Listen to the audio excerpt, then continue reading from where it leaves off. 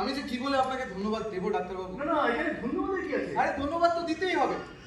এমন প্রাণ দিয়ে তো আপনজনেরাও সেবা করেন, আর শুধু তো আপনি নন, আপনার অ্যাসিস্ট্যান্ট, তারপর কম্পাউন্ডার বাবু, সবাই মিলে যেভাবে আমার সুস্থ করে তুললেন। আসল কথা বলতে গেলে ডাক্তারবাবু, আমার মা গত হওয়ার পর তো এমন প্রাণ দিয়ে আর কেউ আমার সেবা করেনি। ওই বাড়িতে থাকা, খাওয়া, শোয়া, ওই নিজের মতো করেই আর কি। যাকে এবার তাহলে আসি। হ্যাঁ ডাক্তারবাবু, ও হ্যাঁ দেখুন, এই আপনার বাদ বাকি টাকা। কি এত বেশি দিচ্ছেন কেন? আরে থাক না ডাক্তারবাবু, আপনি যে আমার কি উপকারটাই না করলেন। এই সামান্য কয়েকটা টাকা তো কিছুই না। এইবার যদি সার্টিফিকেটটা লিখে দিতেন তাহলে। ও রাইট, বসুন। আপনার সার্টিফিকেট রেডি আছে। এমন পাকা কাজ করে দিয়েছি যে আপনাকে কোনোদিনই কোনো রকম সমস্যার মধ্যে পড়তে হবে। বেশ, ধন্যবাদ ডাক্তারবাবু। আমি না আপনার কথা সারা জীবন মনে রাখবো। তাহলে এবারে আসি। আচ্ছা, একটা কথা জিজ্ঞেস করতে পারি? আপনি আমার এত বড় উপকার করলেন, আর একটা সামান্য প্রশ্নের উত্তর দেব না? তা কি হয়? বলুন। আচ্ছা, আপনি আমার মুখের কথায় এতগুলো টাকা খরচা করলেন একটা ব্যাক ডেটেড মিথ্যে সার্টিফিকেট বানাতে। এত সব খরচ কিসের জন্য কি জানতে পারি? এটা কিন্তু আমাদের চুক্তির মধ্যে ছিল না ডাক্তারবাবু।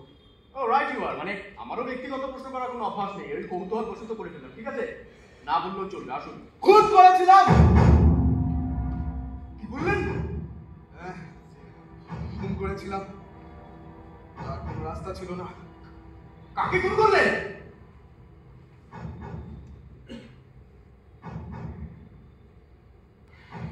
মৃত মানুষের কি আর নাম, ঠিকানা কিছু অবশিষ্ট থাকে ডাক্তারবাবু? আপনি আপনি খুনি? আমি তো বিশ্বাসই করতে পারছি না। কি করবো বলুন? দিনের পর দিন আমার সাথে মিথ্যে ছলনা করে যাচ্ছিল, অথচ আমি তাকে আমার সবচাইতে কাছের মানুষ ভাবতাম। আমি বুঝতে পারিনি যে আমার সাথে এত বড় বেইমানি করবে। আমি ভাবতে পারিনি যে রাস্তাটা আমার রাইভাল হয়ে উঠবে। আচ্ছা, ব্যবসা সংক্রান্ত কোনো সমস্যা, মানে টাকা পয়সা সংক্রান্ত? না,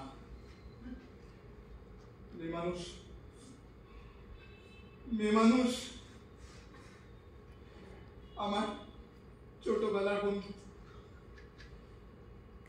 দিনের পর দিন ওর মনটাকে আমার প্রতি বিষিয়ে দিচ্ছিল, আমাকে তার কাছে শত্রু করে দিচ্ছিল। তাই বলে আপনি খুন করে ফেলবেন? এই মশাই, আপনাকে খুন করার সময় কেউ দেখেনি তো?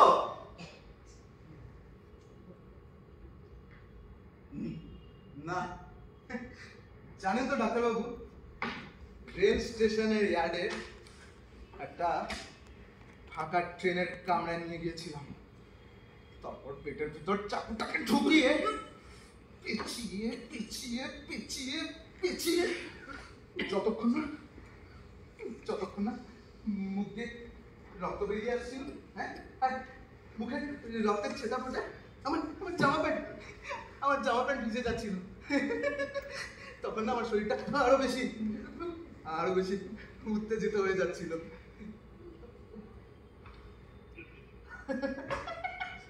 রক্তের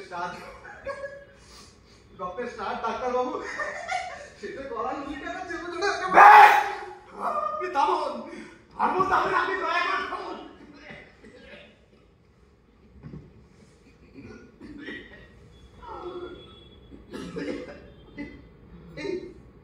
দেখুন ডাক্তারবাবু, হ্যাঁ, ট্রেনের কথা মনে পড়ে গেল। লাস্ট ট্রেনটা ছাড়তে না আর বেশি সময় নেই। এটা মিস হয়ে গেলে আরেকটা দিন এখানে আটকে থাকতে হবে। আপনাকে আবারও ধন্যবাদ ডাক্তারবাবু। আশা করি আর জীবনে কোনোদিনও দেখা করার প্রয়োজন হবে না কি? হবে না তো? হবে না? গুড।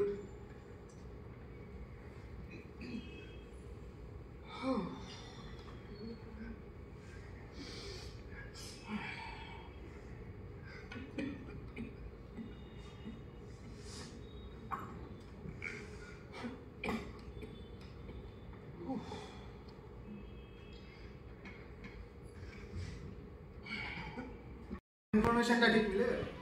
কিসের ইনফরমেশন? বলছি সবটাই বলবো, তবে তার আগে আমাকে আমার বাকি ইনফরমেশনগুলো মেলাতে হবে। আর একবার এই ইনফরমেশনগুলো সব ঠিকঠাক মিলে যা, তারপর বেশ, বলুন, আমি সব সঠিক উত্তরই দেবো, মানে আর তো লুকোনোর কিছু নেই। ডক্টর পাল, না মানে আপনি কি আবার কিছু বললেন নাকি? হ্যাঁ, না, আমি কিছু বলিনি। আপনি কি বলছেন বলুন। বেশ, তাহলে আমি আমার আসল কথাতেই আসি। আপনি রমেশ বলে কাউকে চেনেন? হ্যাঁ, রমেশ নামে আমার পরিচিত অনেকেই আছে, সর্বোপরি আমার কি কি বলেন? মানে আপনার ছেলে, মানে রমেশ পাল? হ্যাঁ, আমার বড় ছেলে নাম, কিন্তু কিন্তু স্যার ও তো এখানে থাকি না, ওকে অন্যায় কিছু। এক মিনিট দাঁড়ান ডাক্তারবাবু, এক মিনিট। আপনি একটু ধৈর্য ধরুন, আমি আপনাকে ব্যাপারটা বলছি। তা আপনার ছেলে কি কলকাতায় থাকে? হ্যাঁ, কলকাতায় একটা দেশে থাকে, তার নিজস্ব ব্যবসা আছে। কিন্তু আপনি কেন এত সব প্রশ্ন করছেন একটু খুলে বলবেন? বললাম তো আপনাকে একটু ধৈর্য ধরুন, আমি সবটা মিলিয়ে তো আপনাকে বলবো। তা আপনার ছেলে কি আপনার এখানে আসতেন? হ্যাঁ, মাঝে মাঝে আসতো, কটা দিন থেকে আবার চলে যেত। স্যার আপনি একবারে খুলে বলবেন? আচ্ছা, আপনার ছেলে যখন এখানে আসতেন তখন সাথে কাউকে কোনোদিনও নিয়ে এসেছিলেন? না না, ও একাই আসতো, দুটো দিন থেকে আবার চলে যেত। কিন্তু আপনি এত সব প্রশ্ন কেন করছেন? কারণ তোর কিছু না কিছু নিশ্চয়ই একটা আছে ডাক্তারবাবু, এবং সেটা খুঁজে বের করার দায়িত্ব আমার উপর পড়েছে বলে এত সব প্রশ্ন করতে হচ্ছে। দেখুন, আমি বুঝতে পারছি যে এসবের আরো সময় আছে, কিন্তু পুলিশের ব্যাপার, আপনি প্লিজ একটু কোঅপারেট করুন। আপনার আপনার কথা থেকে বুঝতে পারছি কিছু একটা গন্ডগোল হয়েছে। আপনি দয়া করে খুলে বলবেন? বলতে আপনাকে হবে, তবে তবে আর দেরি করছেন কেন? আপনার ছেলের বাঁ হাতে কি ওর নিজের নাম উল্কি দিয়ে খোদাই করা ছিল? হ্যাঁ ছিল ছিল, কিন্তু আপনি এত হেভি করছেন কেন? ছিল? হ্যাঁ ছিল, বাঁ হাতে।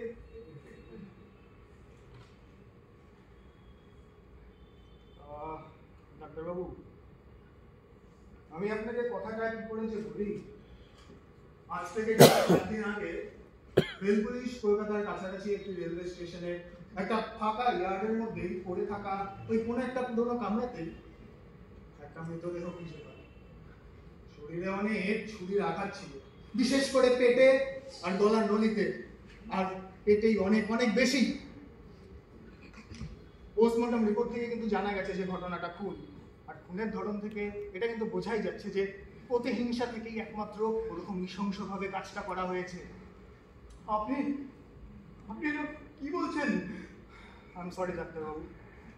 রেল পুলিশ এরপর ডেড বডির জামা থেকে কিছু কাগজপত্র খুঁজে পায়, এবং সেটার সূত্র ধরেই কিন্তু আমরা আপনার এই ঠিকানা জোগাড় করি। আর ডাক্তারবাবু, আপনাকে একটা জিনিস কনফার্ম করতে হবে।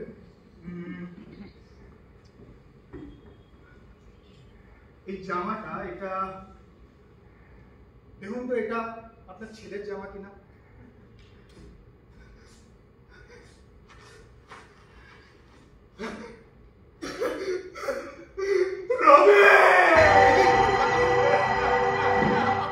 আপনার শরীর খারাপ লাগছে নাকি? ডাক্তারবাবু, একটু শান্ত হন, একটু শান্ত হন আপনি। দেখুন, আমি বুঝতে পারছি যে এরকম অবস্থায় যে কোনো বাবা মায়ের এরকম মানসিকভাবে ভেঙে পড়াটাই স্বাভাবিক, কিন্তু ডাক্তারবাবু আপনাকে তো একটু শক্ত হতে হবে।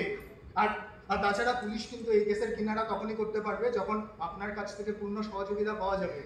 প্লিজ একটু শান্ত হন আপনি। আর ডাক্তারবাবু, এই মুহূর্তে না আপনাকে একবার আমার সাথে আসতে হবে, মানে ওই রমেশ বাবুর দেহটা শনাক্ত করার জন্য। আমি কি করে সামনে গিয়ে দাঁড়াবো? আমি যে নিজেই। আপনি নিজেই? তার মানে? ও হ্যাঁ, আমি বুঝতে পেরেছি, আপনি নিজেই অসুস্থ হয়ে পড়েছেন, তাই তো? কিন্তু তা বললে কি হয়, আপনাকে তো শক্ত হতে হবে, তাই না? আপনাকে তো দাঁড়াতে হবে। আর হ্যাঁ, আরেকটা বিষয়, মানে আপনি যদি রমেশ বাবুর গতিবিধিগুলো সম্পর্কে আমাদের কোনো রকম ধারণা দিতে পারেন, তাহলে এই আসামিকে ধরা কিন্তু আমাদের পক্ষে আরো সহজ হয়ে যাবে। যাই হোক, ডক্টর পাল, আমি আপনার জন্য বাইরে অপেক্ষা করছি, ঠিক আছে? আপনি কাইন্ডলি একটু তৈরি হয়ে আসুন।